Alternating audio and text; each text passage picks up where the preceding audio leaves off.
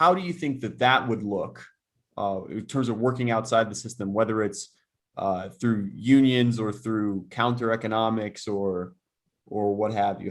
Give us an idea of what that would look like. Well, I'll tell you what I think is one of the world's most interesting examples of something like that. And that's the Hezbollah organization of South Lebanon.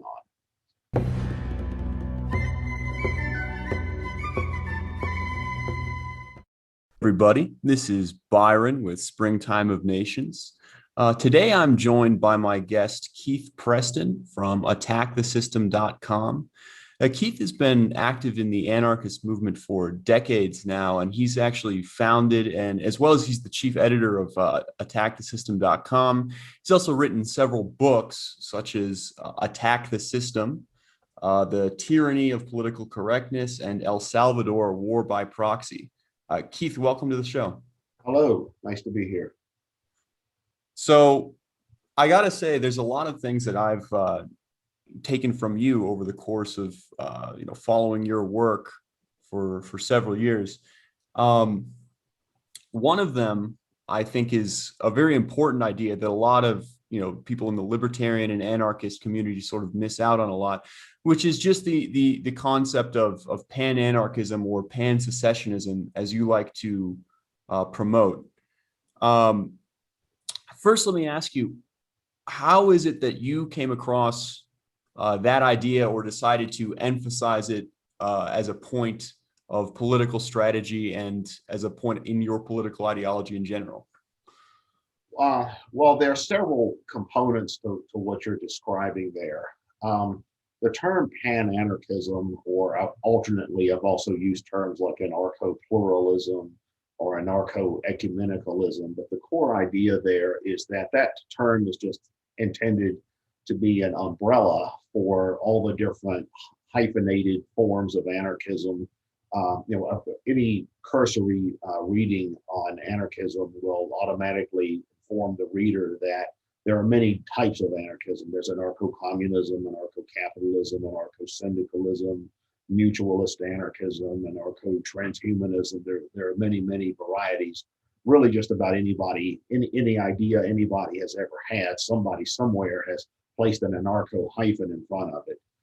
So anarcho-pluralism or pan-anarchism is just sort of an umbrella term for all these different anarchist and related philosophies. There are a lot of other philosophies that aren't explicitly anarchist and labeled, but might as well be because they have a very similar conceptual meaning or operative framework. For example, I would say that Mahatma Gandhi's Satyagraha philosophy is an example of that. That's a kind of anarchist philosophy that isn't really called anarchist. So there are many different ideas like this. There was a writer named Alejandro de Acosta, who once said that anarchism really isn't one idea. It's more like a decentralized federation of philosophies, movements, ideologies, communities, ways of life, geohistories, narratives, all of which form this kind of umbrella, this kind of ecosystem of ideas that I call pan-anarchism. So that's what I mean when I use the term pan-anarchism. Pan-secessionism is a tactical concept. It basically involves systems of withdrawal. That is, it can be territorial withdrawal. For example, a smaller region withdraws from a larger region, or it could be something like a general strike, or it could be something like what is commonly called alternative infrastructure or dual power, or something kind of like what the agorist people are into, which is counter economics. Mass civil disobedience campaigns can certainly be a form of pan-secessionism. Nullification of laws by smaller units of government can be a form of pan-secessionism. For example, we see things like that going on today from different political directions. We have these people that have created these Second Amendment sanctuary counties or whatever that's saying, well, no matter what federal gun laws are, we're just not going to go by them. We've seen a lot of the individual states essentially nullify marijuana prohibition. Some of the cities have established what are called sanctuary cities, where they're not going to cooperate with ICE or other immigration authorities. And that's just one set of illustrations. So pan-secessionism is a very broad concept, but it typically involves a form of withdrawing consent from some particular governmental or otherwise authoritarian system. Way back in the 1500s, there was a Renaissance era writer named Etienne de la Bataille. I think I pronounced that correctly. I don't speak French, so I always butcher some of these names. But he wrote this piece that was very influential called Discourse on Voluntary Servitude. And what he was saying is that ultimately, systems of authority, rulers cannot rule if they do not have the tacit support or consent or participation of the people they're ruling over. Most people just simply go along to get along. But when people stop going along, then that's when systems of authority start to collapse. One classic example of that is in 1989, 90, 91, there was a wave of revolutions in Eastern Europe and in Russia and in the former Soviet Union, where this very massive, expansive territory, that is the Soviet Union, its former satellite states in Eastern Europe, as well as the communist regime in Yugoslavia. All of those systems largely collapsed within a space of a few years, one by one. And with the exception of Yugoslavia, it was done without a lot of bloodshed. It was a very non-violent revolution compared to many revolutions, again, with the exception of Yugoslavia. And it was done largely just through the withdrawal of consent. I know in 1991, the Soviet military and KGB, the intelligence services, attempted to initiate a coup against the reformist regime of Mikhail Gorbachev, and the army simply refused to fight when they sent out the army to suppress rebellions. So that's an example of pan-secessionism. So pan-secessionism is also a very broad concept that can be applied in very many different kinds of tactical situations. That's interesting that you should bring up examples like for like sanctuary cities, whether that's on immigration, gun laws, or marijuana, right? Something where you're just not cooperating with federal laws at the local, municipal, or even state level. Because I've never really thought about that as being an example of pan-secessionism, since obviously these places are not declaring themselves to be no longer under the political authority of the United States. But as you're talking about that, that does make a lot of sense, since I guess, they're seceding in one particular part, they're seceding from one part of the legal code while keeping the other parts in place. And it's sort of, pick and choose like what parts of the authority you'd like to submit to. That is an interesting idea. Well, there's different levels of this, obviously. I mean, I guess hard secession would be something like, well, in American history, obviously, when the Confederacy seceded from the Union, and there are plenty of other examples of that from other parts of the world. But that would be, I guess, the most extreme form, or an entire territorial region, a unit within a state, say, simply says, no, we're just going to leave a particular country. Well, Brexit is an example of, Sure. Of pan-secessionism. Now, that was done through electoral means, not through violence or through nonviolent direct action. But it's certainly a form. The movement in Hong Kong to resist incorporation of Hong Kong into the PRC, that's another example of a pan-secessionist direct action. You see the mass protests that have happened in Hong Kong and so forth. So there are many different ways in which these kinds of ideas can be used. They can be used to resist a particular bit of legislation someone doesn't like gun laws or immigration laws or marijuana laws. It can be an entire territory leaving a nation. It can be a strike. You could have a general strike. I know in more recent times there have been strikes, wildcat strikes by workers at Amazon warehouses and some of those kinds of places. Of course, the idea of a general strike is an old anarchist idea as well. So there are many different kinds of ways in which this kind of thing can be applied. Creation of alternative infrastructure, alternative intentional communities. There's a movement called the Startup Societies Foundation, which is about promoting the idea of creating intentional nations, what amounts to intentional nations. Or like an example is a place called Liberland in Right. Central Europe, and then there's also creating special autonomous zones within countries, like special economic zones and that kind of thing, where you discard certain trade or laws or something like that. Once again, there's various levels of this. There's eco villages.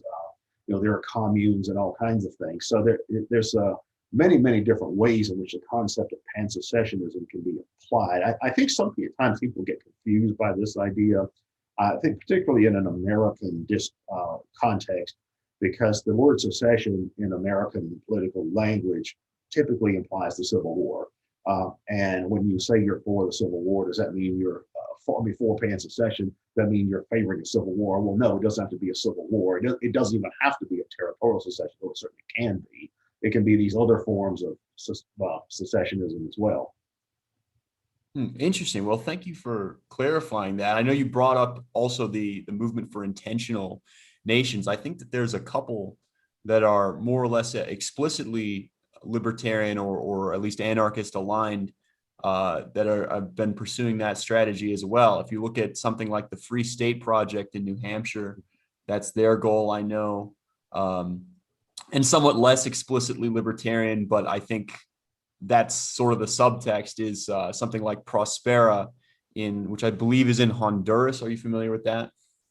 I've not heard of Prospera. I have heard of, and I know in Honduras they have these things called ZEDs, zones of economic development. Yes. So I think these are places where they have kind of set aside certain trade laws or tariffs or other things that are seen as an impediment to economic development. I know they have those in China as well. Shenzhen initially started off as a special economic zone. Although, see, that's sort of interesting too, because you do have elements of the left and even, the more nationalist left who would criticize projects like that as imperialist ventures where you have, international economic interests and people who want to be expats and all this stuff moving into one specific area of a particular country, somewhere like Honduras, and essentially not following all of the laws of the country writ large. So what do you think about a criticism like that? Well, on one hand, it would be a criticism that's well taken, but I don't really consider that to be imperialist. I consider that to be more freedom of association. In the sense that you may have people, yes, you may have expats from, say, the United States who create their own separate communities in Latin America, whatever. And then presumably you would have people from Latin America that do so in the United States. We can discuss what the ideal, optimal immigration policy should be within a statist context or whatever. I think you can be a good faith individual and be on both sides of that. On one hand, there are people who say, well, any kind of borders are an impediment to individual liberty and freedom of movement. On the other side, there's this thing, well, when does migration become an invasion? Or what about when you have a statist system where states and other state allied institutions are actually facilitating migration or encouraging it due to other policies or whatever? So it's a highly complicated issue. But simply forming intentional communities or startup societies or something like that, no, I wouldn't consider that to be an imperialistic venture. I would consider that to simply be freedom of association. Yes, to be clear, I completely agree with you. I wanted to get your take on that though. But that actually leads me into a sort of another question, which I wanted to ask, which is that, so in that case, right, there's plenty of anarchists who I think would disagree with the both of us, right? And as you alluded to, obviously, anarchism is a very broad movement with a whole lot of different traditions behind it, which has only gotten broader the longer it's existed. And then, so insofar as anarchists should or do support pan-anarchism or anarcho-pluralism, whatever you want to call it, does that not risk conflicting with some of their beliefs in some cases? For example, I know that a lot of times, like anarchists on the left will prefer like a coalition with Marxists or something, as opposed to cooperating with like anarcho-capitalists. They would see that as like the primary axis uh, of tension. Right. Well, that raises a whole range of questions. I think in relation to what we were discussing just a moment ago, an example of leftist anarchists, many of whom have Marxist influences, actually practicing pan-secessionism was the CHOP experiment in Seattle during the upheavals last year. All right. Now that project was widely criticized by the right. In fact, I think guys like some of the Fox News guys, Tucker Carlson and Sean Hannity, those dudes were, lambasting that project, every night on their programs. And, in fact, I did a lengthy interview recently it was about 3 or 4 hours long with a fellow who was a very good interviewer and asked very good questions. But he was very critical of Chaz and CHOP. And I was saying, well, no, from an anarchist perspective, that's an example of what I would call pan-secessionism being applied as well. One of the criticisms of that project was that, well, there was supposedly violence that took place within that community. I mean, to which I would respond, and like there's not violence that takes place in territories that are controlled by states. That differs from the rest of the United States exactly how. It's so I don't consider that to be much of an argument. Yeah, I think that. But one thing, though, back to what you just asked, is one thing that Go ahead. Oh no, it cut out for a second. I didn't realize I was interrupting you. Oh, okay. Well, what I would point out is this: there's always going to be disagreements among anarchists on all kinds of things. This is the analogy I like to use. Let's assume that anarchism became the world's most popular political philosophy. We have an analogy we can use in the sense of Christianity. Christianity is the world's most popular religion. There are more adherents of Christianity than any other religion. At the same time, if you look at Christianity, you see Christianity is divided into it's divided into multiple major traditions, many more minor traditions, many more sectarian groups, splinter groups, heterodox groups, heresies or whatever. And if you look at different types of Christian religions, what you find many groups that barely even resemble each other. Certainly you find many who don't recognize each other as legitimate. You have others that, when you compare them, they're not similar at all. If you compare the very high church Episcopalians with their liturgies and all that, if you compare that with, say, the storefront churches where they're into, say, snake handling or something like that, those aren't, an outsider wouldn't even think those are the same religion, even though they really are part of the same wider Christian tradition. Even things like the Church of Scientology or the Church of Satan or some of these atheist Sunday assemblies, even those are derivative of Christianity, even though they're considered heresy by the other types of Christians, the normal Christians. You wouldn't have people calling themselves a church or a meeting on Sunday morning if it wasn't for their absorption of that from the wider Christian culture.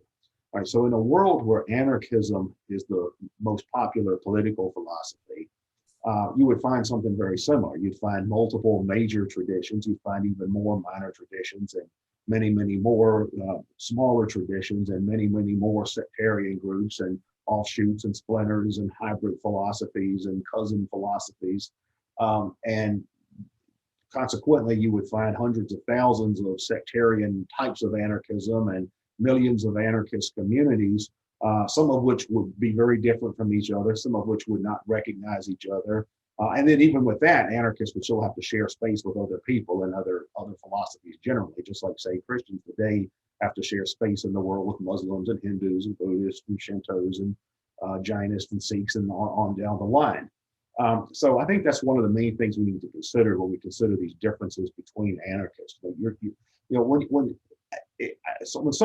Whenever somebody asks me to give a definition of anarchism, one thing I always point out is if you get 200 anarchists in a room and ask for a definition of anarchism, you're probably going to get about 500 answers before the discussion is over.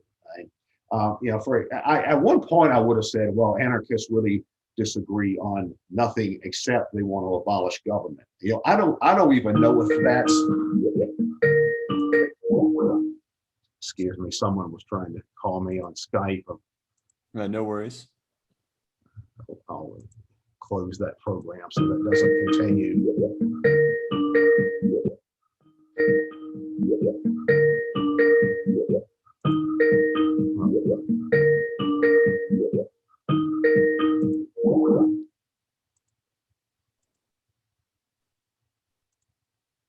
You still there? I'm still here. Okay. All right. All right, cool. Okay, what was the last thing I said? You said, originally you thought that anarchists only agreed on getting rid of government. Okay, right. Okay, I used to say that anarchists only agreed on getting rid of government. And I don't even know that that's the case. There are a lot of anarchists that have much different ideas on what government is, how government ought to be defined, why government is a problem, how government should be abolished, what it should be replaced with. And you also have types of anarchism that aren't as much concerned about government as much as they're concerned about other things. There are types of anarchists that are more worried about technology or capitalism or socialism or religion or patriarchy or industrial civilization or pollution or you could go down this long list of types of anarchism and the things that they are opposed to as a matter of priority. And opposing the state per se or political government per se is not the priority for certain types of anarchists. And I think that's why you see so many hyphenated forms of anarchism. In fact, I've heard it said that whatever hyphen an anarchist holds to, that's ultimately what they are. So if they are an anarcho-communist, then they're going to be associated with Marxists much of the time. If they are anarcho-capitalist, they're going to be associated with free market libertarians or even conservatives a lot of the time. Or if they're anarcho-feminist, they're going to be associated with feminists most of the time.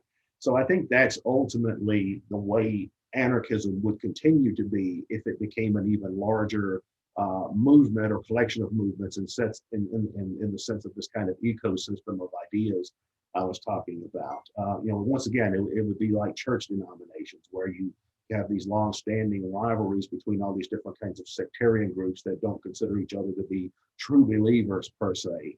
And that's just what people do. I mean, I don't know that there's any way around that.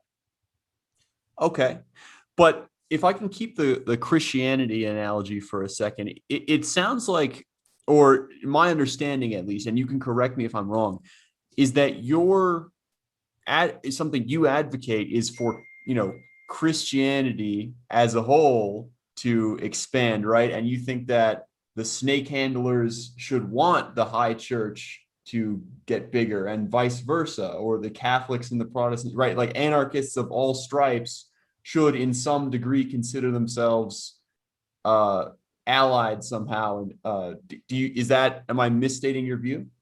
No, I mean, I think that it's kind of a kind of rising tide lifts all boats type of perspective.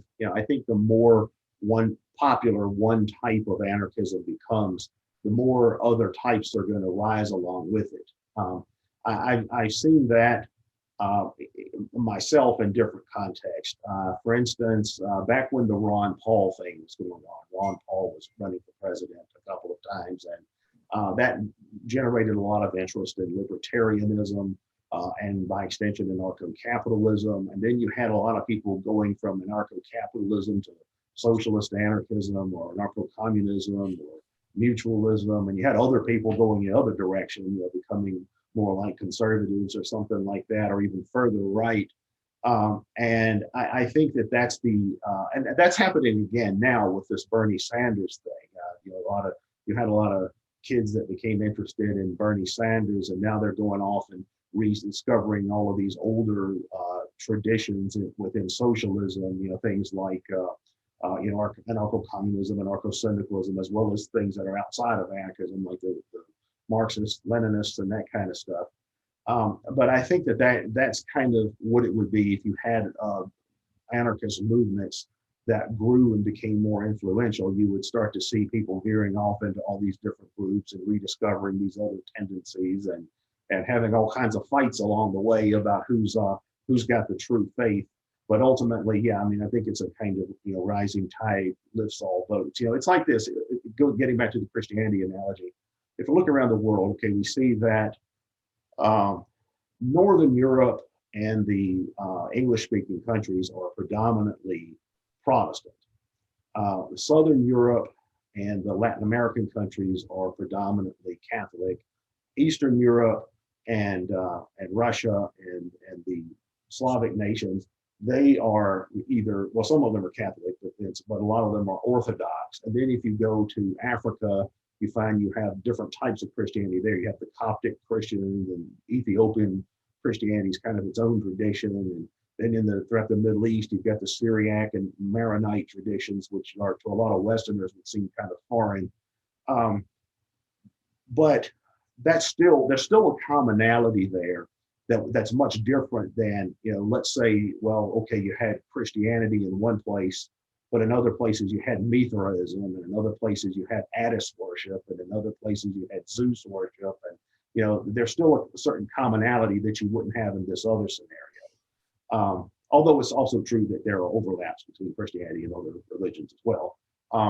So I think that ultimately it would be like that in the sense of anarchism and its cousin ideologies, grow to the point of becoming hegemonic in this Gramscian sense, would have the effect of, rising, lifting all boats in the process. You would see a growing influence in all of these different kind of niche market or tribal or sectarian variations of anarchism.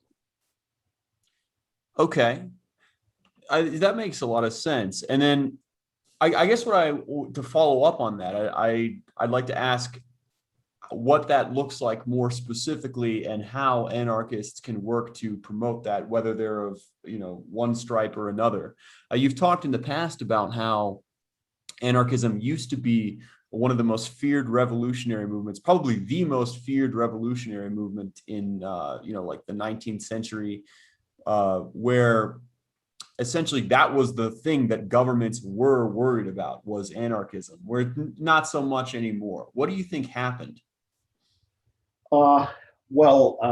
Yeah, I mean, if you go back and you look at what anarchism was in the 19th century, late 19th century, it had a lot of different branches back then as well. But there was one branch of anarchism that was very much into the idea of propaganda by the deed, which is just another, just a fancy way of saying terrorism, basically. There was within a space of about 20 years, anarchists assassinated the head of state in virtually every major country. There was an article that was written by a British journalist named Johann Hari a few years back, well, probably more than a few now, but he was talking about Islamic terrorism today, and he was saying, the anarchists were that in the late 19th and early 20th century, with the, what people think of as Islamic terrorism today. Anarchists, they did a lot of that back in the day. Now, I'm not advocating that. I don't think, in fact, I think that's one of the problems with historic anarchism is that some of that kind of stuff became so extreme that the state hit back and hit very hard, and anarchists weren't able to resist the onslaught of statism that came in response to that. I think an even bigger issue was the early 20th century was a time in which there was a trend towards centralization. It was the time when the Industrial Revolution was really becoming consolidated, very rapid technological expansion, the growth of mass societies, mass organizations, and as a result, just the centralization became the norm during that time. And so I think some of these older anarchists were kind of swimming against the historical tides. Nowadays, in some ways, I think that's moving in the other direction, because while the 20th century was a time in which these all-encompassing state systems emerged, like these totalitarian regimes like Nazism and Maoism and Stalinism and Kim Il-sungism and all of that. Now we seem to very rapidly be moving towards systems where fourth, what military theorists call fourth generation warfare actors, that is, non-state actors, are becoming increasingly influential in societies around the world. And I think there are a lot of reasons for that. So I think that the old anarchists were, first of all, they were swimming against the historical tides at the time. Also, I think they met with a lot of state repression they weren't able to withstand. They were being crushed not only by conventional states, but you also had these rising totalitarian movements of the time that tended to get the upper hand in places like Germany and Russia and some other places. So I think that was the main issue that the anarchism of that generation faced. Okay. So I want to dig a little bit more into what you said about the zeitgeist of the current time being one of decentralization. Why do you think that is, or what makes you say that? Well, a lot of things. First of all, ever since 1945, the United States has been the de facto world government of most of the world, and particularly so after the end of the Cold War. And to look at how that works, all we have to do is look at the United Nations. The United Nations was created at the end of World War II for the purpose of essentially managing the world. And if you look at who the 5 permanent members of the UN Security Council are, it's America, France, Britain, China, and Russia. Well, who was the dominant power in those 5? It was obviously the United States. The rest of them had been left in ruins by the war. And China was a third, arguably fourth world country at the time. So the United States essentially emerged from World War II as the world government. That's something of an exaggeration, but only a slight one. The United States controlled 50% of the world's economy at the time. So what we've seen over time, though, is we've seen this globalization process take place, where we've seen increasingly international markets and all of that have become integrated. But at the same time, we're starting to see I guess you could say, a recession of concentrated power, and we're starting to see very well, I wouldn't say rapidly, I'd say gradually, incrementally, we're starting to see the growth of multipolarity. We're starting to see other nations become influential in their own realms. I'm not a big, I don't really agree with the people who say that Russia and China are emerging as counterpowers to the United States. I think both of those countries are actually greatly overrated. But on an international level, we do see more and more multipolarity slowly emerging. We see the American empire starting to crack and slowly recede. Along with that, we're starting to see wars between states decrease in frequency and intensity. I think nuclear weapons was the main reasons for that. I think one of the side benefits of nuclear weapons is that it actually made war cost prohibitive to the point that no country dares start a war with another state. Within that framework, we're starting to see war being transferred to non-state actors. And in the future, I think as more and more states break down and become more inefficient, we're going to start to see various social functions transferred to non-state actors. In fact, there was a report put out by the National Intelligence Council, I guess within recent months, maybe recent weeks. I just came across it myself about a week ago, and it's a report on what the world of 2040 is going to look like. These are people that they're kind of like Stratford and institutions like that. They advise governments, they advise investment organizations and businesses and all of that, who are making all of their grandiose plans for the future. So they try to predict how the world, say, of 20 years from now is going to be. And one thing that they really emphasize is that states, conventional governments, are going to be a lot less capable of fulfilling a lot of functions. And what's going to happen is we're going to see a greater level of fragmentation, and we're going to see a lot of functions being portrayed, being passed to non-state actors. Now, this actually provides anarchists with a tremendous amount of opportunity. Uh, it also presents a whole lot of dangers. But within this vacuum that's going to be developing, it's certainly possible for anarchists of whatever type and others with similar views to fill in the gaps and become these non-state actors that provide all of these functions that states are increasingly unable to provide.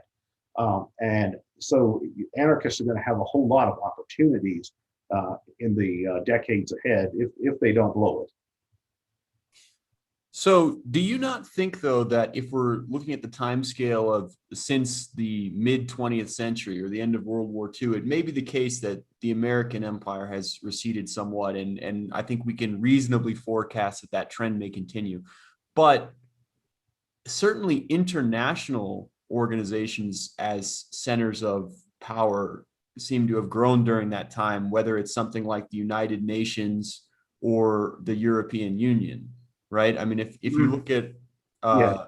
yeah. What's happening is that we're moving away from a system where the American empire has complete control, and it's being transferred more to a type of transnational elite that governs through these international organizations that you're describing, whether it's the United Nations, whether it's the G20 or the G7 or the IMF, the World Bank, the World Trade Organization, they're NGOs for that matter. We're starting to see all of these different kinds of international organizations that are adopting some of these functions. And the impact of that is that we're developing a type of transnational elite that is in many ways similar to the kind of international elites you found in pre-modern periods. If we go back to the period when most countries still had kings and queens and all of that, often what you would find is that you had royal dynasties that transcended nations. You might have one royal dynasty that ruled over, multiple countries or parts of several countries and things like that. For example, the Austria-Hungary Empire was just that. It was sort of a hybrid of Austria and Hungary under this monarchical dynasty. You had the Holy Roman Empire, which was sort of a federation of kingdoms, ostensibly under the emperor. And you had the Ottoman situation, the Ottoman Empire, that was structured in a similar way, sort of a transnational empire. So that was fairly common in older times. And in some ways, I think we're moving towards that once again, in the sense that we don't really, increasingly, we have power not being so much invested in one particular nation, although the U.S. still has a great deal of power. Like half the world's billionaires are Americans. But we do see this transnational elite emerging. Now, the problem with that, though, is I don't see that this transnational elite is going to be particularly stable. I think as this transnational elite continues to develop, where it's sort of like the elites within different countries, whether it's America or Russia or China or France or Japan or Nigeria or India or Pakistan or whatever, all of these elites within these different countries start to coalesce around these international institutions. I think you're going to start to see fragmentation, where you're going to see regional powers coming into conflict with each other. In fact, we're already starting to see that. For instance, Turkey is now becoming reassertive once again. Erdogan thinks of himself as a neo-Ottoman. His idea is he wants to restore the kind of influence Turkey had during the Ottoman period.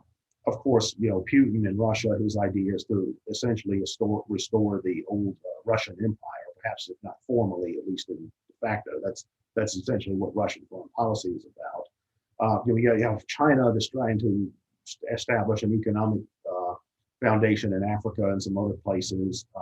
They're creating the Belt Road. You see the rivalry in the Middle East between the Sunni bloc, led by Saudi Arabia and their allies throughout the Middle East and North Africa, and against the Iran, the Shia bloc led by Iran and their allies. So you're starting to see all of these different kinds of fragmentations going on that I think are going to create a world that's probably going to be much more. I think it'll go in phases. We'll see a transition away from American hegemony more towards a transnational elite that starts to fragment into something more like multipolarity. And there's a Danish geopolitical theorist that predicts that ultimately where that's going to lead is a multi-order order. And that is, you're going to have different regions of the world and different blocks and different sets of institutions that are going to have their own internal orders that aren't necessarily interconnected in the way that things have been in the past. Trond Florkart is a Danish geopolitical theorist that's written about this quite a bit, this idea of a future multi-order order. And I tend to think that's the trajectory things are going to follow over time. Like I said, that creates a framework in which anarchists can, grow and, make it, that presents certain opportunities for anarchists as well as certain dangers. I see. So when you talk about this multi-order order, what would that look like? Would that be, like competing multinational organizations that are, countries have overlapping membership in? Yes, yeah, that's one example. That's one example.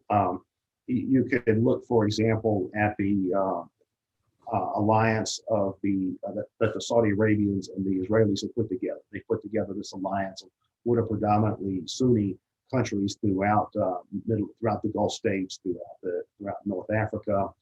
You see Turkey being a rising force and gaining influence within surrounding countries.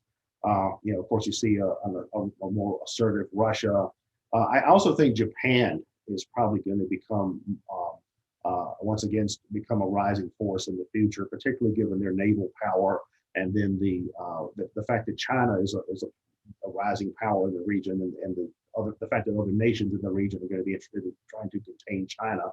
But yeah, you're also going to see more multinational organizations, but that collectively form their own orders. The EU is a good example. The EU is not a country. It's an international system, but it's got its own norms and its own standards, and some of which are in conflict with other regions. And even there, you have overlapping jurisdictions that are separate from each other. You've got the EU, which is separate from Schengen, which is separate from NATO. So you've got all of those things sort of overlapping with each other in a separate way as well. I think we're going to see more and more arrangements like that in the future. Don't you think, though, that even with the decline of American power and the rise of these different organizations, there's in some sense today, I'm not sure how best to articulate this idea, but I guess fewer places to hide from like the global order than there were maybe in the past. And for example, like if you go back to certainly, anything before the latter half of the 19th century, where, there's a lot of places that weren't even colonized yet, and you could go that you certainly weren't going to be extradited anywhere, right? There was just less international cooperation. There was a lot more remote outposts that, no one could really get you. Yeah, well, I think that's actually one of the most serious problems we face because of the fact that we do have the level of technological sophistication that is required for international cooperation on that level, where it is easier for states to extradite people from other states and things like that.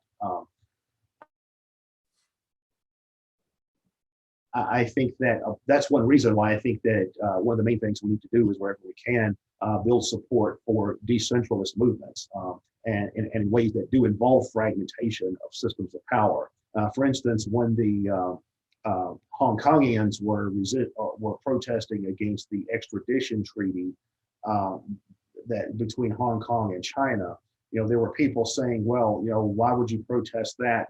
Should people from, say, mainland China be able to commit a crime and go and simply find exile in Hong Kong and not face extradition? Which I would say, yeah, that's absolutely how it should be, because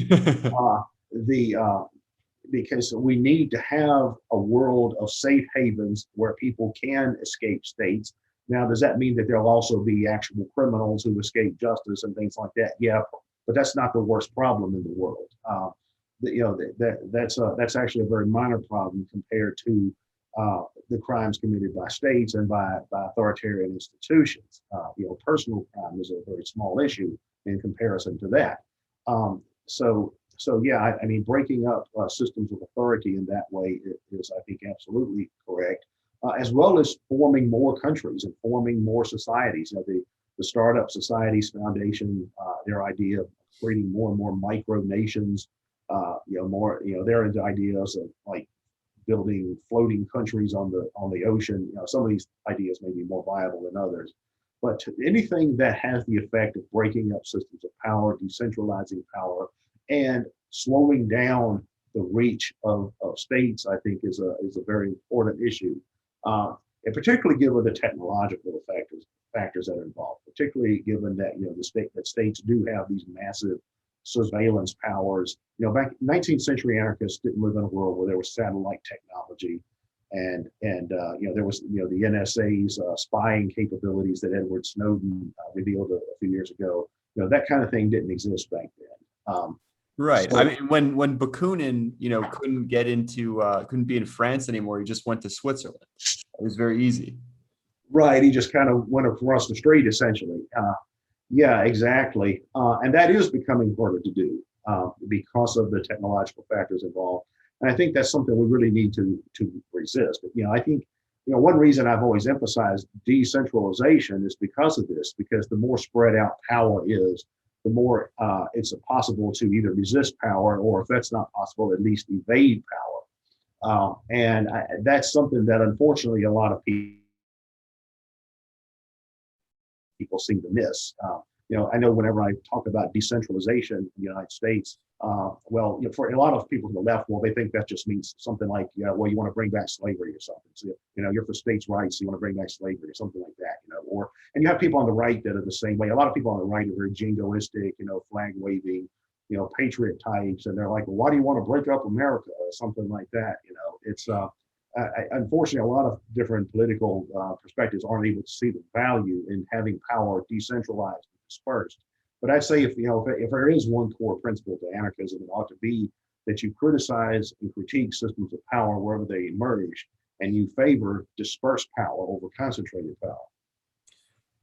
Yeah, no, I totally agree that is a good thing, as well as one that anarchists should advocate. I guess what I was just saying, though, is that it does, and I think we agree on this, it seems like we have a worrying trend away from that sort of thing. And I would tend to identify that with the rise of international institutions. And just like you said, with the development of further technology.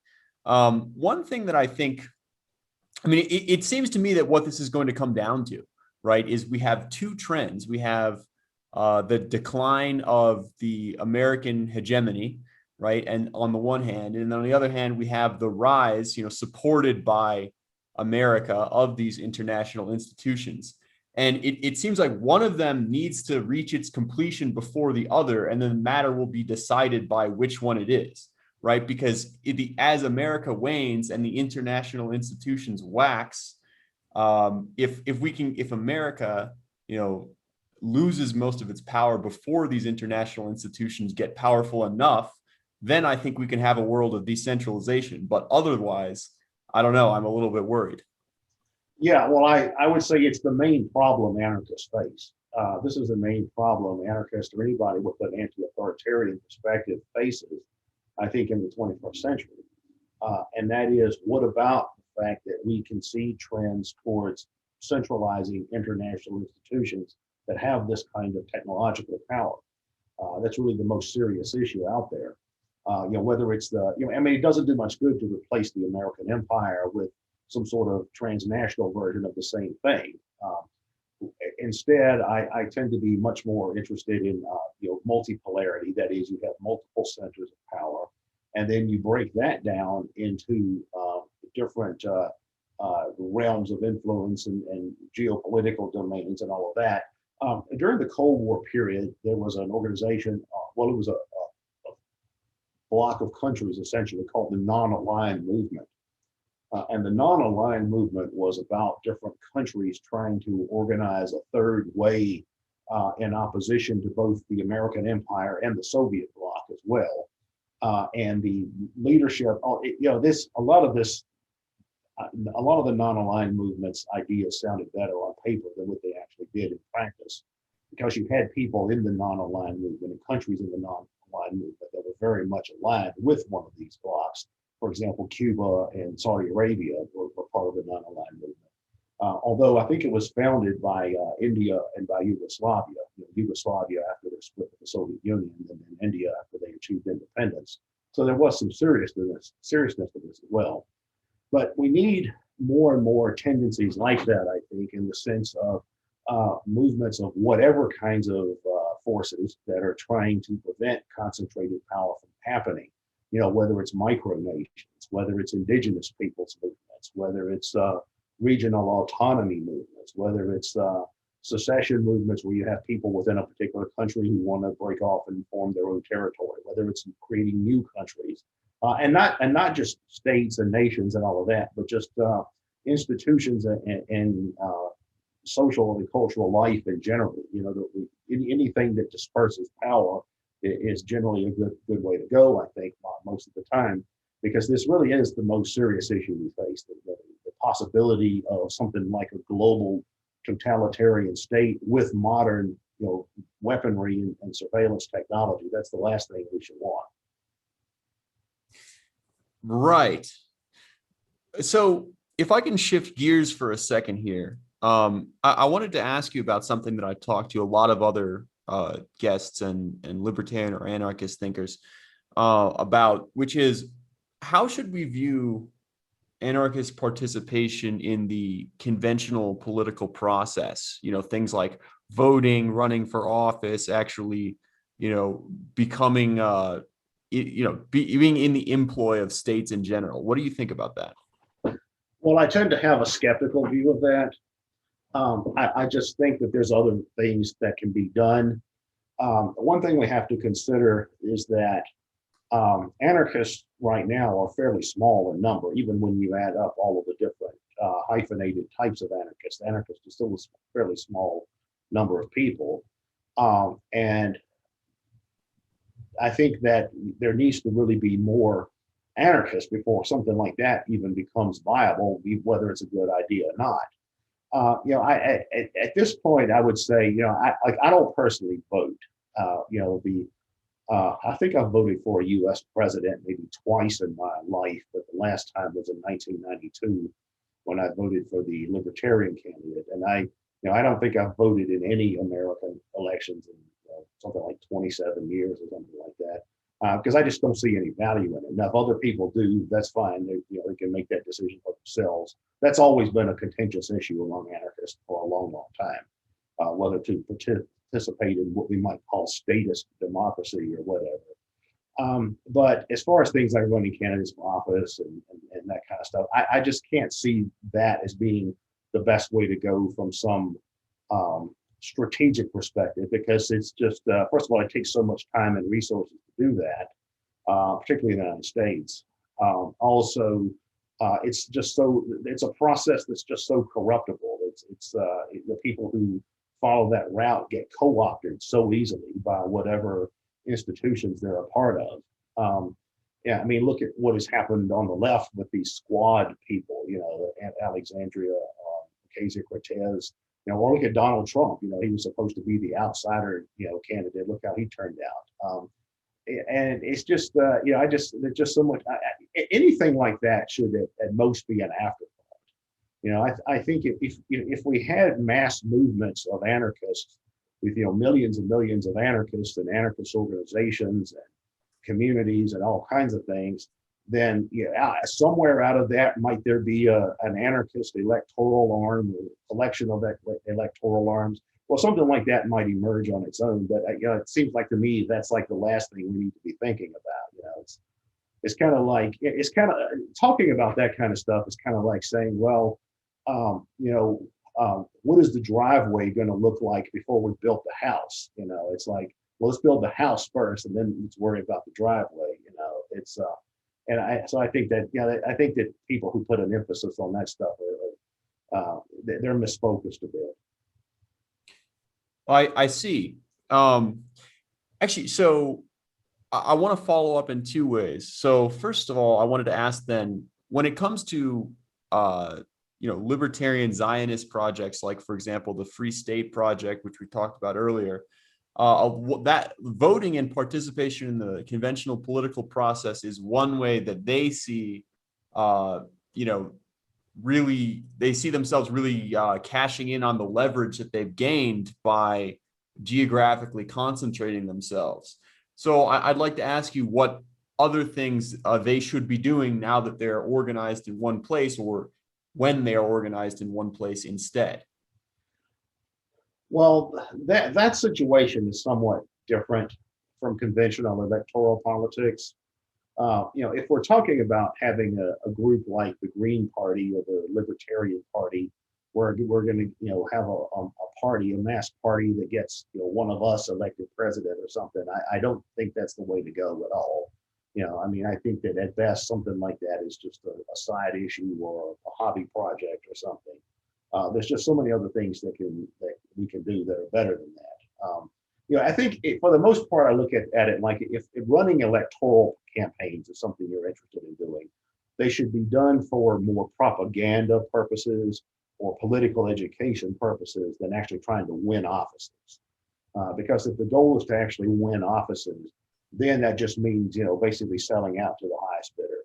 It means going with whoever's going to fund you donor wise and whatever's going to make you popular at the particular moment and things like that. Whatever focus group tells you, then you're just playing politics. And I don't know how anarchistic that is. But when it comes to something like the Free State Project, I think that's more of a case of putting the horse before the cart, in the sense that they only want to use their electoral influence once they've actually got their social infrastructure together. And at bare minimum, they have enough people concentrated in a particular place where they say, okay, yeah, we can make this work because there's enough of us here and we have enough of a subculture, counterculture, or communities or whatever that we can influence conventional politics in a way that's not going to be about making ourselves into just another appendage of one of the major parties or something like that.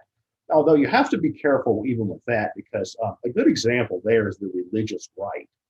The religious right emerged in the 1970s among a lot of religious conservatives who thought that liberalization of U.S. society had gone too far, and they wanted to overturn Roe v. Wade and all these other things. Now, obviously, they're not anarchists; they're quasi-theocrats, or at least social conservatives, or something like that.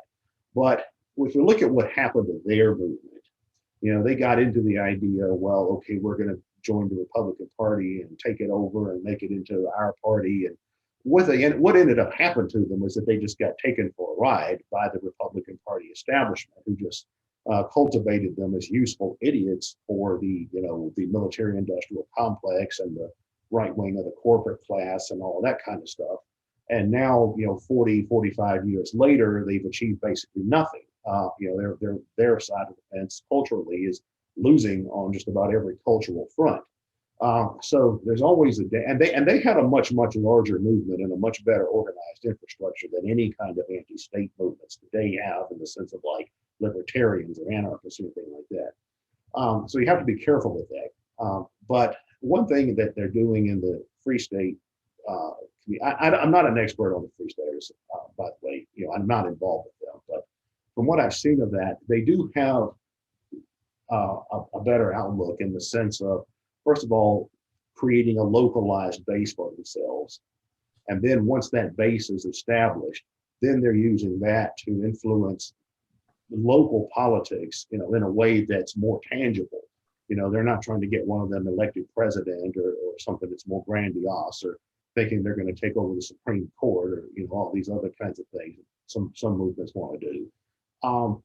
so they're going, I think, in a much more they're functioning on a much more decentralized basis, and in a way that I think has a much more viable strategic outlook. Although it remains to be seen how successful that's going to be, obviously. But I do see it as a more viable effort than conventional electoral politics, like the Libertarian Party, for example. I mean, what I've seen of the Libertarian Party, right now, there seems to be split up into a lot of different factions that are fighting with each other over who's most libertarian or whatever, which may be interested if you're interested in libertarian philosophy, but it has no relevance whatsoever in terms of the libertarians being able to take over the government, which they're not going to be doing anytime soon, or if ever. That's my general take on all of those questions.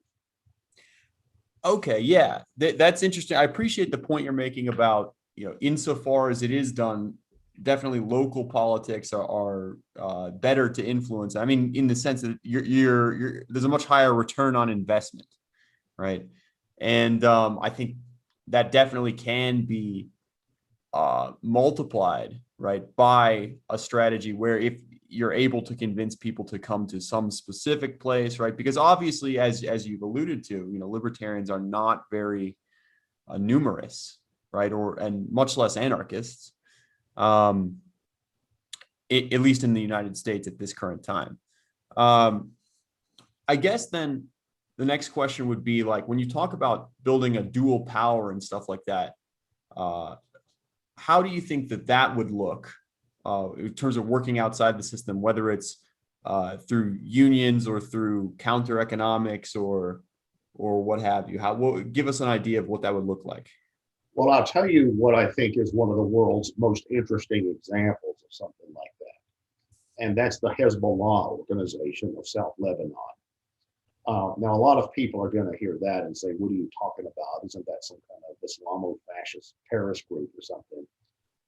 No, it's not really that. But Hezbollah is an organization that started out as Shia militants back in the early 80s and during the midst of the civil war in Lebanon. Over time, their organization has become more ecumenical. Nowadays, you have Christians in it, you have other types of Muslims, you even have communists that are in Hezbollah now.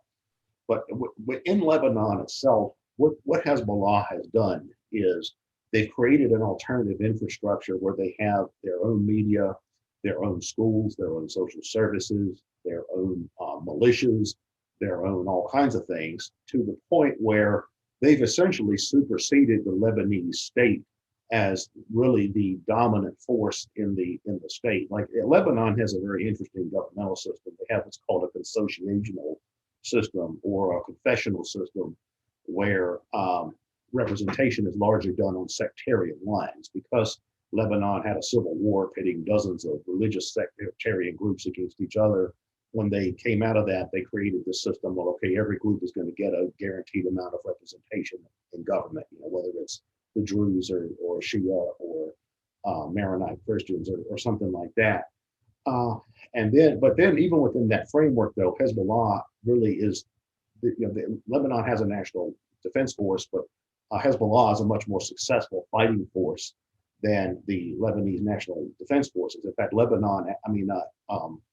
Hezbollah actually repelled Israel from South Lebanon twice on two separate occasions, in 2001 and 2006.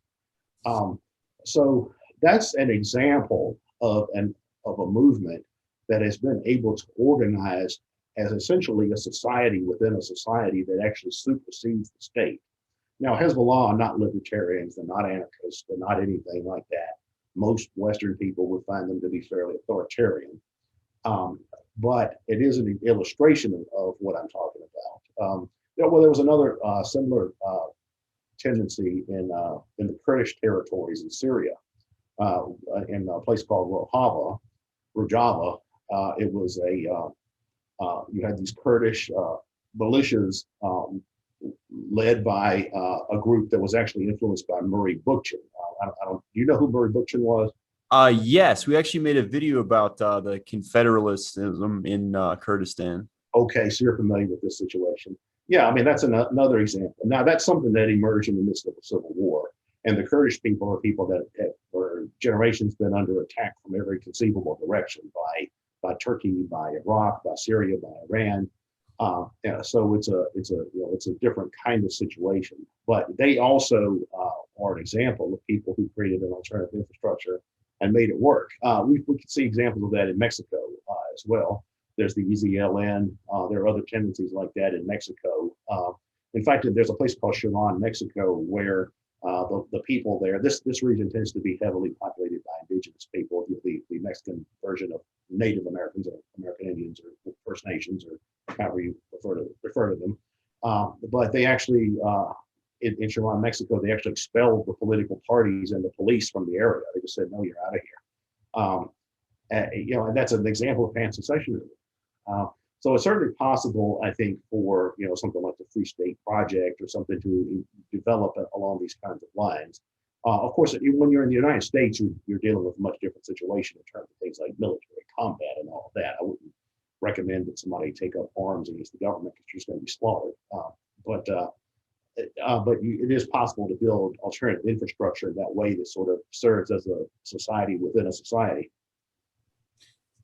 Yes, I'm glad that you brought those examples up because actually, I'm also familiar with what you're talking about in Mexico. We're going to make a video about that pretty soon as well.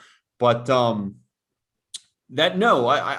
agree that that's a very good way in terms of like a path forward for political dual power and superseding existing institutions.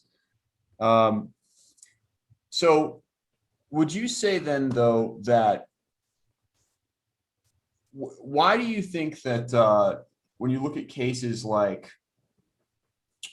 Marxism, right, which has been a very successful in the 20th century force in terms of overthrowing governments and basically grasping political power in sometimes fairly short amounts of time. What do you think that libertarians or anarchists can learn from their political strategy, or is there nothing? Well, when you're talking about the communist revolutions of the 20th century, in some ways, those are a model of what not to do. Because in those situations, and a lot of that was modeled on the French Revolution and some of the early modern period revolutions. And the idea there is sort of the idea of building a conspiracy of professional revolutionaries that can work to seize control of the state through infiltration and subversion and things like that. The problem with that is how do you go about actually controlling power? The Leninist model of revolution is one that doesn't recognize any limits on power. The idea is, well, as long as your team is the right team, that's all you need. I don't think power systems work that way. There always needs to be an emphasis on a dispersal of power. Now, one of the reasons that I developed the idea of pan-secessionism was that looking at the history of communist revolutions and seeing how awful most of these turned out, my question always was, how do we avoid this? How do we have anarchist movements that can actually gain influence and even political hegemony, but in a way that involves not repeating the horrors of the communist experiment? Because in all these different communist revolutions, you typically had an anarchist contingent to that. And the anarchists were always crushed. I mean, they were always one of the first people they put in jail or shot. I think it's really unfortunate today when I see all of these younger anarchists, these very left-leaning anarchists, when they're out there, with the Marxists and these other groups, essentially repeating history. You can associate with whomever you want, and you can organize around issues with whatever you want. I mean, if you're organizing a protest against America's support for the Saudi genocide in Yemen, well, yeah, I mean, the organizing the protest against that is what is important, not who shows up, whether they're Marxist-Leninist or anarchist or leftist or libertarians or whatever. But when it actually comes to strategic considerations about what kind of society you actually want, the core idea there needs to be in any kind of post-system society, how are you going to go about controlling power? And I see a lot of the anarchists, left and right, making a lot of the same mistakes anarchists of different types have made in the past. Um, One of the reasons I came up with the idea of pan-secessionism was that it was an alternative to this idea of seizing central power. It was an alternative to the idea of where we're going to take over the state for the purpose of dismantling the state or dismantling the ruling class or whatever. Instead, we're just going to disperse power. We're going to disperse power among groups, organizations, regions, localities, movements, individuals, philosophies, and all of that. And not just state power, but power generally. That is cultural power, social power, economic power. There was a book that was written way back in the 1930s by Bertrand Russell, the British philosopher. It was just called On Power, and he talks about all the different types of power there are. There's political, power, social power, and all, cultural power, all different kinds of power.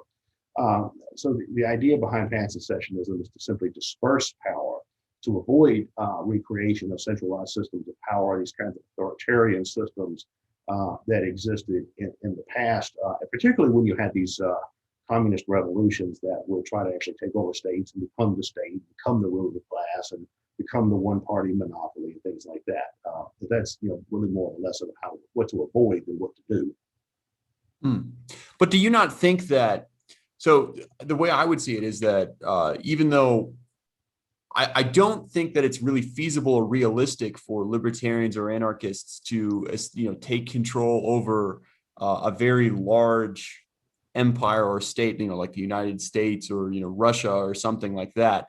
But if we were to look at something like on a much smaller scale, like, take, New Hampshire or Alaska or, any of these little experiments like that, do you not think that it would be pertinent to first assume control of the machinery of the state and therefore oversee its dismantling? Well, I think it would depend on how you went about that.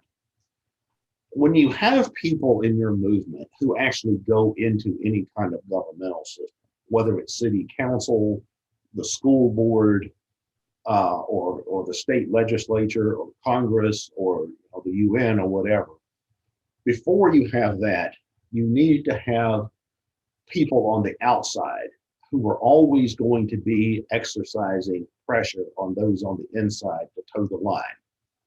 In fact, that's a problem that the progressives are having right now.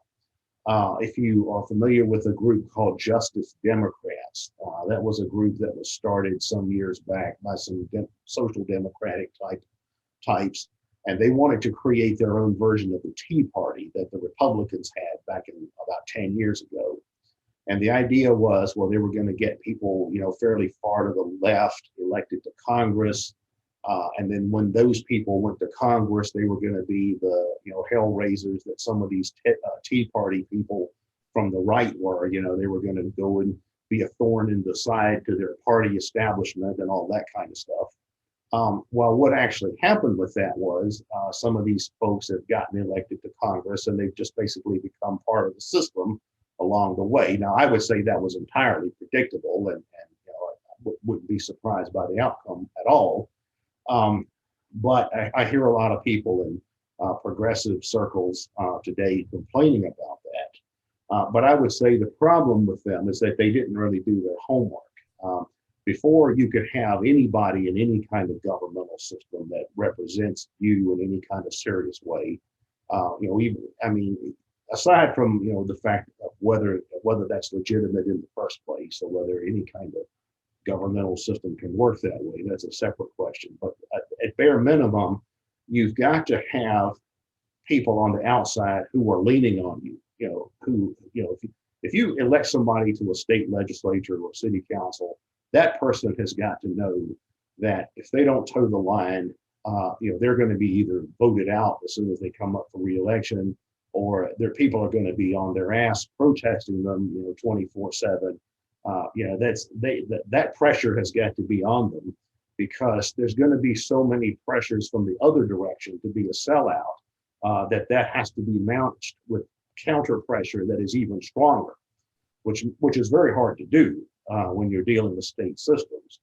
That means your grassroots independent movement outside of political institutions has got to be so large and so strong that it can exercise that kind of counter pressure effectively. So that means you've really got to do your homework, and you've really got to have a strong movement in place before you can really make something like that work.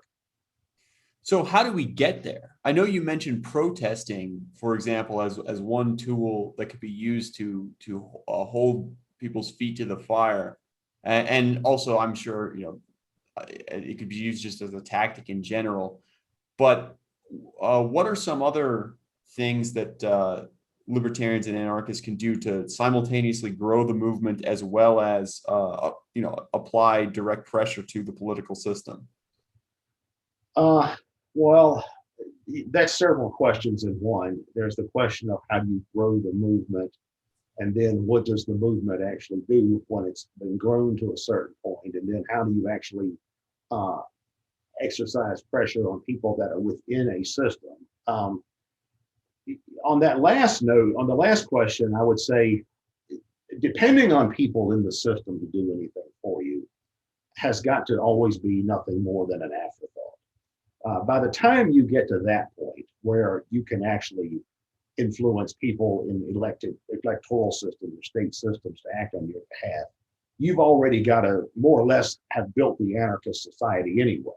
You've got to have a movement, a base of social power that is so strong that they can't resist that. So that's really your last, that's really the last step. That's that's when you get to the point where you say, okay, last one out of the room turns off the lights. That's really the final stage, I guess. But we are a long way from anything like that. Much more significant is the question of just growing the movement or movements in the sense of developing how do we convince more and more people that systems of power, concentrated power, are a bad idea, or that the system is illegitimate? How do we grow the number of anarchists? There's all kinds of ways that can be approached. I saw a meme once. It was a somewhat comical meme where you had a group of anarchists representing all these different tendencies, and then they decide, well, okay, we're going to put our sectarian differences aside, and we're just going to work together to fight the state. But then they get into a big argument over what strategy to use. Are we going to participate in electoral politics? Are we going to do civil disobedience? Are we going to do armed struggle, or general strikes, or whatever? I think if you had an anarchist mass movement, or collections of mass movements that had the ability to exercise real power, I think you probably see all of that going on. But before that, there's the question of how do you actually grow the number of anarchists? How do you spread anarchist ideas? And I don't know that there's any one way to do that. I tend to think it's more just a question of popularizing the idea. It's more a question of, anarchism needs to become popular in the same way that, Christianity is popular, or the same way that certain styles of music are popular. Now you have to be careful when you say things like that, because you always have to remember that some of that operates from a perspective of institutional power as well. For instance, why are certain styles of music popular? Was it because people really like that type of music more than any other, or is that just what's being marketed to them by entertainment companies and conglomerates and stuff like that? Are they being told that's what they want, or they're not being offered any other alternative? So there are issues there as well. But I really think it's it's a question of communicating ideas, and reaching people outside conventional political circles. I see a lot of anarchist propaganda, wherever you might want to call it, that seems to me to be oriented towards people who are already politically engaged or have an interest in politics. But what about people who don't generally care about politics? What about people who would be more, instead of having instead of having a YouTube video channel about politics, let's say you had a YouTube channel about, dog grooming or something like that, but along with it, you had, some anarchist ideas being introduced just kind of as an aside.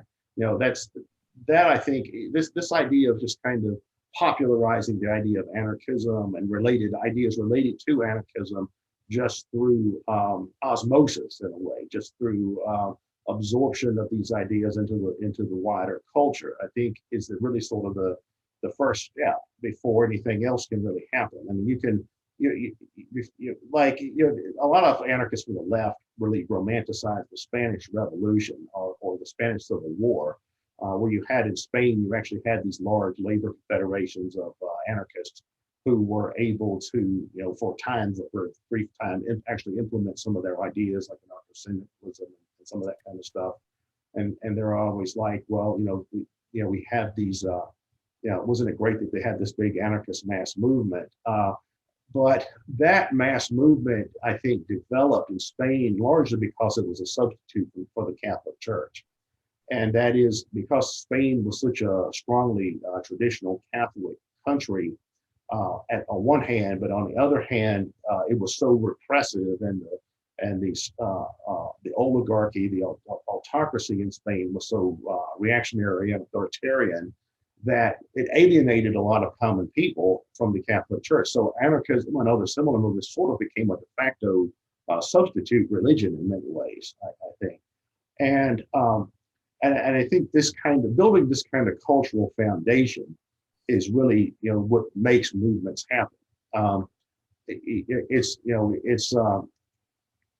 You're not going to really get anywhere in the long run by just saying, well, this is vote for the Libertarian candidate or something like that.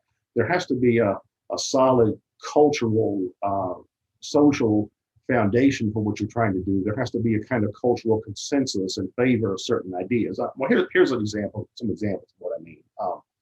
If we look at changes that have happened in American society over the last, since the mid 20th century, we can see some very, very far-reaching changes that have taken place that probably nobody would have ever predicted.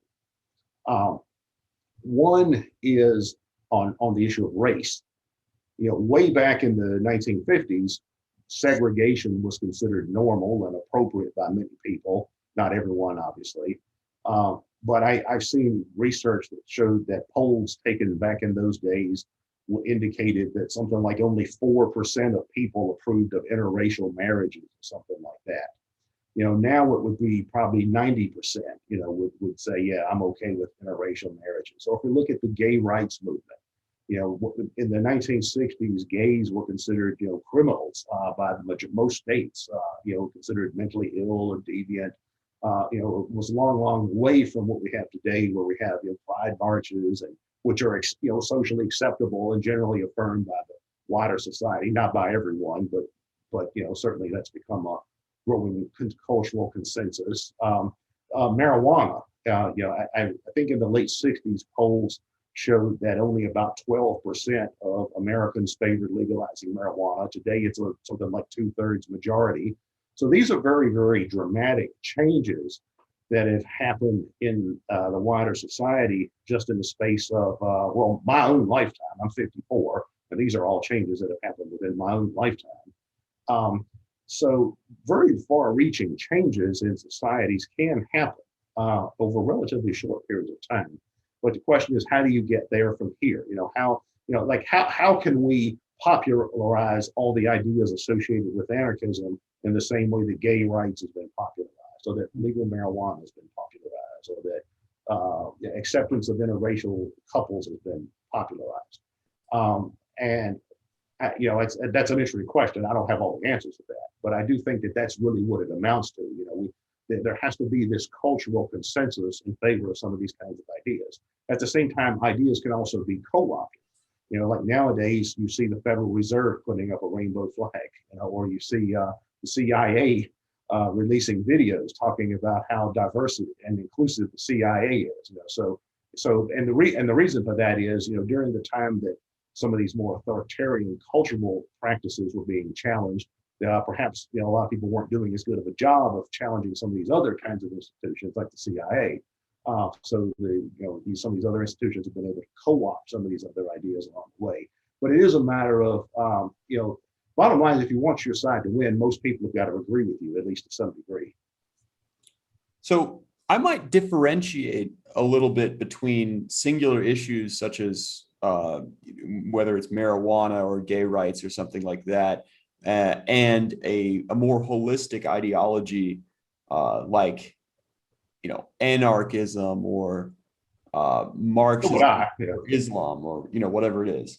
Mm-hmm. And it seems to me that a lot of times when you have something like when you have a somewhat successful ideological shift in a country where people adopt an ideology, normally what happens is there's some underlying tension in a few key points, and then a small group of people who are very ideologically conscious will focus on those points of tension and then sort of sell the masses on the underlying ideology, right? They'll frame an existing issue within the context of whatever the people actually care about.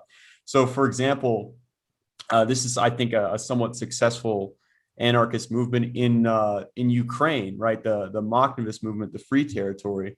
Yeah. A lot of times, what these peasants weren't necessarily super well read on anarchism, and I don't think that initially what motivated them was that they had all accepted anarchism. It was more like they were interested in land reform and stuff like that. Yes. And then there was a much smaller group of people who had this ideology who then co-opted that movement and made it an anarchist movement. Mm-hmm. Yeah, I think that's absolutely correct. More conventional issues that people who are culturally more mainstream can be used as a sort of lead-in or segue into a more radical outlook on a more general level. Yeah, I tend to totally agree with that. I think you're absolutely correct about that. And I think that also you're right that we have to make a distinction between issues and wider ideological transformation in a society. I think it's easier to change individual issues than to change the whole paradigm on which a society operates.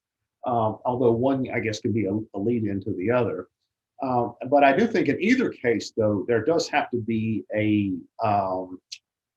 I guess there has to be a type of psychic sea change. There has to be a change in the way people think to some degree, in a sense of, whatever it is you are trying to replace has to become delegitimized.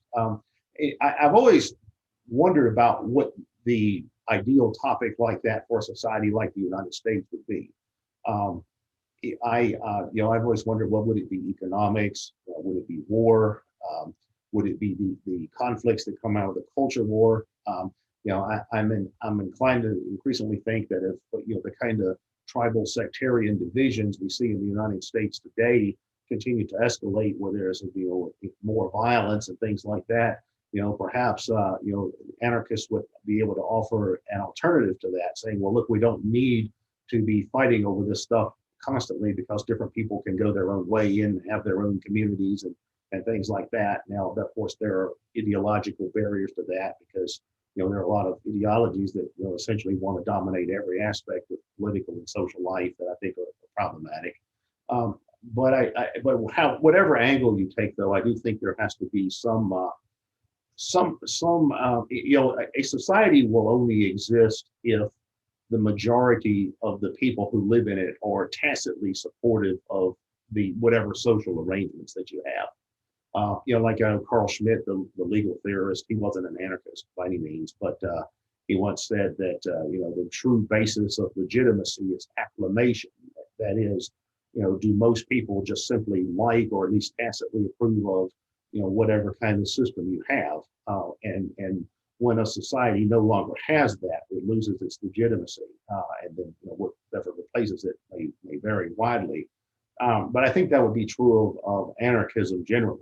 The idea of the particular power that you find in anarchism, the particular state, particular other kinds of authoritarian institutions, for anarchism to really thrive, you would have to have a lot of people who adopted this mindset on some level. And the question is, well, how do you get them there? Right. I mean, so I'm glad we agree on this. And I want to say the reason that I sort of brought that idea up was if I could push back a little or defend the idea of going after more politically minded or politically conscious elites, because it seems to me like what usually happens in these situations is you have, a small group of people who have very detailed ideas, and then they somehow take a leadership role at some moment of tension. And then whatever it is they believe, the masses will later just sort of go along with that. Yeah, well, I actually have a similar theory that I call it the trickle down, trickle up theory of revolution. And that is, whenever new ideas are introduced, they usually do start out with a very small number of people who formulate these ideas. And then they tend to spread, to their followers and then to movements that initially start out as countercultural or kind of fringy and often among people that are seen as disreputable by the wider society. But then over time, they may grow and expand to the point that they actually start to reach, the masses. So they trickle down, ideas, radical ideas trickle down from the kind of intellectual or philosophical elite towards the masses, if you want to call that, or just people generally. But then that has a trickle up effect, where once it becomes, these ideas become accepted on a popular level, then they start to influence and shape institutions. And again, back to some of the issues we're talking about before, like marijuana. Marijuana now I think is legal in, I think a third of the states and decriminalized in a lot of others. And that didn't happen because, the government just said, okay, everyone smoke up. It actually happened on a more bottom up level. Most of the marijuana legalization efforts that have happened through popular referendums and grassroots activism and that kind of stuff. Not by say senators or elected officials saying, we really need to legalize marijuana. I mean, there's been some of that too, but in many instances, you've actually seen political authorities being very resistant to this. In fact, even in South Dakota, I think they're trying to overturn a referendum that legalized marijuana or decriminalized marijuana or something like that. They're saying we don't really care what the popular vote was. We're trying to get around it. I think I generally agree with your basic theory that you seem to be articulating, and that is that ideas are formed by a relatively small number of people who popularize them in some particular way, and in certain different contextual circumstances. That's the trickle down effect, and then the trickle up effect is once these become popularized, then they start shaping what's going on at the top. Okay, well, I'm glad we agree on that. If I can shift gears for a second here, I know I've taken a lot of your time already. I'd like to start winding down, but one thing I'd like to bring up. So tomorrow is the 4th of July. Do you think that American anarchists should celebrate the 4th of July? Well, being an anarchist, I don't really like to tell other people what to do. So I guess I'd say, well, do you celebrate the 4th of July, and why or why not? I don't, because I'm not a holidays person. I don't really celebrate anything.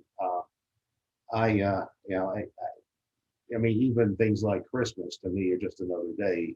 I mean, I do go visit relatives and all the usual, stuff. But but I mean, I'm not that's just not my thing. But what I will frequently do when it's the 4th of July, in fact, I'm glad you reminded me of this, is I'll often post memes that say things like, happy overthrow government day or something like that. It's on one hand, you can look at 4th of July as a day of, as a status holiday. It's celebrating a national holiday that in some ways you could say legitimizes the state. On the other hand, It also, what is the root of that? Well, it was a revolution. It was where a state was not overthrown. It was more of a secessionist action. Although I know people who have no idea what the 4th of July means. I had someone a few years ago tell me that they were asking me what country America originally separated from. And because they were saying they had a friend who thought that the 4th of July was just like a party day. It was just a day for people to set off fireworks or whatever. They didn't understand it had a political meaning. And then this person that I knew was saying, well, no, it's the day America separated from another country, but they didn't know what country it was. They guessed it was Germany. That brings up a lot of other issues. But yeah, we have to consider where a lot of people are there as well. But I'd say, I'll open another can of worms here, and I'll relate that to all the controversy that goes on about monuments. Like the Confederate monuments, the Confederate flags, statues of Christopher Columbus, statues of American founding fathers, some of whom were slave owners and stuff like that, George Washington and some others. The way I tend to look at those kinds of issues is all of that stuff means different things to different people. Whatever it means to you is whatever it means to you. If you like celebrating 4th of July, then celebrate 4th of July. I'm not particularly doctrinaire about those kinds of things one way or the other. See, that's interesting. I don't know if I would agree with that, because it seems to me that cultural symbols are pretty important in the general process of politics and the process of power, don't you think? They are, because they're often used to legitimize the wider ideological superstructure of the state. Of course, in the United States, for example, we have this traditional American civil religion. For those who don't know what that is, you can look up an essay that was written in 1967 by Robert Bellah, a sociologist of religion, who argued that in America we have this American civil religion that is represented in things like the 4th of July, veneration of the founding fathers, and it's not really a Christianity or traditional religion, but it's just some kind of a civic religion. And you could argue that supposed patriotic holidays and things like that uphold that. Although, like I said, I think it's a matter of interpretation. It means different things to different people. Right. Yeah. In fact, I think a lot of the culture war stuff that goes on today is rooted in that. On the red end, what I call the red tribe, you've got people who are, say, believers in the American civil religion, and perhaps combined with some other kind of more traditional religion, like the evangelicals or conservative Catholics. And then on the other side of the fence, you've got people who have this kind of citizen of the world idea that came out of the Enlightenment and often combined with progressive Christianity and the social gospel and more rationalist or religions or heretical sects that came out of that same time period, like Unitarianism and deism. That's implicit in a lot of the thinking of the blue tribe, or whatever you want to call it. But one thing I would say too is that in the current cultural context, getting worked up about any of this stuff one way or the other, I think has the effect of more or less just aiding and abetting one or another culture war faction than actually attacking the legitimacy of the state per se. You could, I think if somebody came along and said, well, I'm not going to celebrate 4th of July because that's a statist holiday or something like that. Well, of course, the other side, whatever the other side would be, would look at it and say, well, that's just no different than, it would just be another variation of all the controversies over take a knee at the football games, or, vandalizing Confederate monuments or statues of Christopher Columbus or something like that. I don't know that any of that really has the effect of delegitimizing the state. It just seems to me to have more of the effect of fueling these kinds of tribal sectarian conflicts. I would defend anybody's right to take any position they want on any of that kind of stuff, but I don't know that really advances anarchism per se. Okay. Well, thank you, Keith, I wanted to ask before we get going here, is there anything else that you'd like to hit on real quick, or anything you're working on lately, or something you'd like to talk about?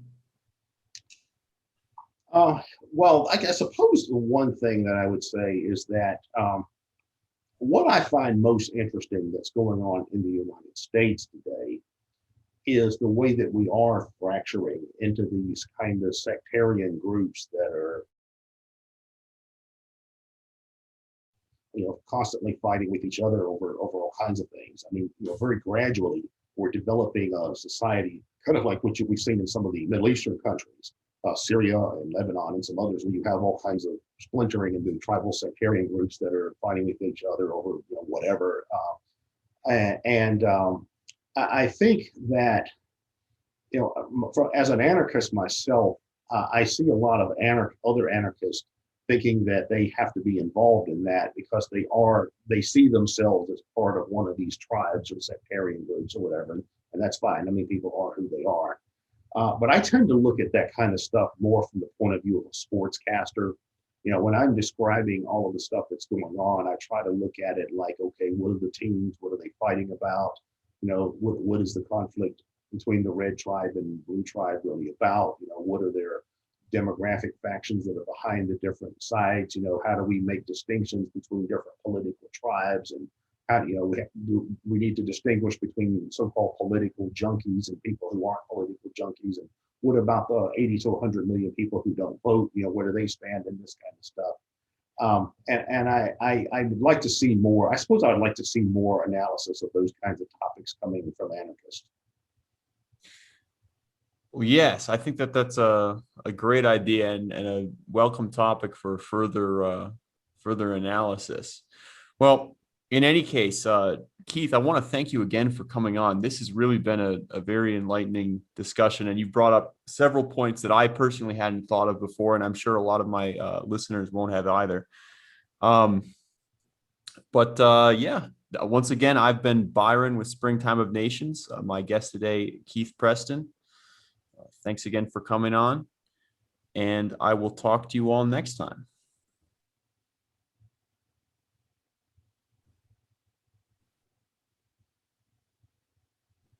Thanks for watching Springtime of Nations, your source for libertarian and pan-secessionist commentary and analysis. We'll be back next week with more content. Be sure to like, subscribe, and turn on notifications so you never miss a video. See you next time.